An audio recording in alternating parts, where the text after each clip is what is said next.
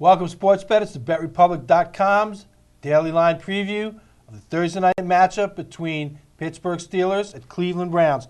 Pittsburgh, 0-4 streak. And what's the best medicine for an 0-4 streak?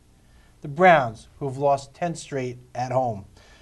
Cleveland, last in the league in total defense. Cleveland, last in the league in total offense. 0-5 at home under Mangini, with Pittsburgh, Oakland, and the Jags left before he goes totally winless at home. You'd probably like Mangini going winless at home. Mangini is on the verge of making the second Cleveland Browns team since they've re-entered the league to go winless at home. Only in their first season in 1999 was the only time they went 0-8 at home. They've got a Pittsburgh team coming in that's desperate. Browns have stayed close in 4 straight weeks now, covering or within single digits, not exactly covering, but within single digits against teams like San Diego last week. But San Diego came in as a West Coast team coming in, just needing a win. They're in charge with their division. Cleveland did a great job stopping LT against the run, but they could not defend the pass. San Diego threw for almost 400 yards against Cleveland's defense last week. And I think with Ben Roethlisberger coming back after a game off, and I think with the balanced offensive attack we're going to get from Pittsburgh with Mendenhall and Holmes, even if Hines Ward doesn't play, we're still going to see a Pittsburgh team that can control this game. Well, if you ask people who's your better team, people would automatically say Pittsburgh. But we don't really care as sports bettors with the cursory just look at it. Pittsburgh, yeah, you'd say they're the better team, but we only care about betting. Cleveland, 6-6 against the spread. No great shakes. But Pittsburgh, a hideous 4-8 for their backers, typical of a post-Super Bowl team. We've mentioned Hines Ward is out, yeah, so he's definitely out. It's not a maybe. Hines Ward is gone, and we're hearing the same old thing again. Pittsburgh is angry and desperate. Same things I heard last week before they played Oakland in Pittsburgh. Right. Now, Oakland last week came in. They caught Pittsburgh. The field had been chewed up the game before from a college game that was played there. Pittsburgh didn't have their speed on offense or defense.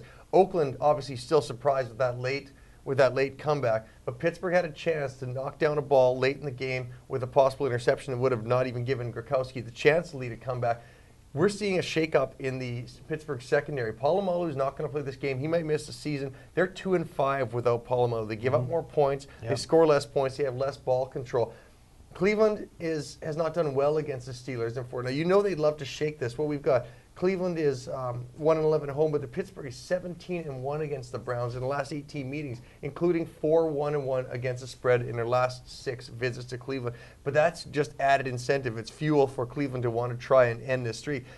It's a lot of divisional points. The old rule of thumb is don't lay divisional road points, and this is double digits. I don't know if there's necessarily the kind of play I'd make with a Pittsburgh team who just wants to get a single straight-up win. I think the problem with this Pittsburgh team starts on defense. They certainly put up enough points to win last week, but 4 of their last 5 losses have seen them blow fourth quarter lead. That's not a typical Pittsburgh defense, including last week, 3 times in the final 9 minutes of that game, Pittsburgh had a lead only to see it disappear. This week, can't say the assignment gets much easier. Oakland and Pittsburgh, Oakland and Cleveland, pretty much the same thing. Get a little help, though, maybe from the weather. We get some snow showers scheduled, winds of 35 miles per hour or higher. It looks possible. Don't have a play for you guys. I've got a possible on the team total. I'm still waiting to see when 2 more books put it out. You know, last time in here, we gave you that winner with Green Bay on Monday night. So we've been on a good roll with these Thursday and Sunday and Monday nighters. But this one's kind of a tough one. I'm waiting to see what the team totals come out. There's a good chance you're going to get 23 or 24. You give me 24 Pittsburgh team total, I think I might take that one under, and I'll pub it out there at BetRepublic.com tomorrow. Yeah, you're looking at a Pittsburgh team that's in danger of becoming the 3rd straight Super Bowl champ to miss the playoffs. I don't think Pittsburgh's ready to cash this one out yet either. I wouldn't look at them covering this kind of spread, but if you can get the right team total, that might be a play worth looking at. And you also got them fighting for the playoff spot now. Denver and Jacksonville. Denver's at 8-4. Jacksonville at 7-5. Then you've got Pittsburgh, Baltimore, Miami, and the Jets at 6-6. So toss the Jets out of that picture. Pittsburgh's already beaten Denver. They could get the tiebreaker if they can tie them. And they've got Baltimore and Miami the last 2 weeks. So they kind of still control their own destiny.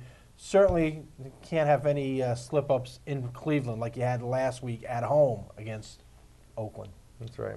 So that's it. We'll see you guys over BetRepublic.com, BetRepublic.com, and also check us out there for all picks, analysis, all across the board, NBA, college football, bowl picks, everything, over at BetRepublic.com.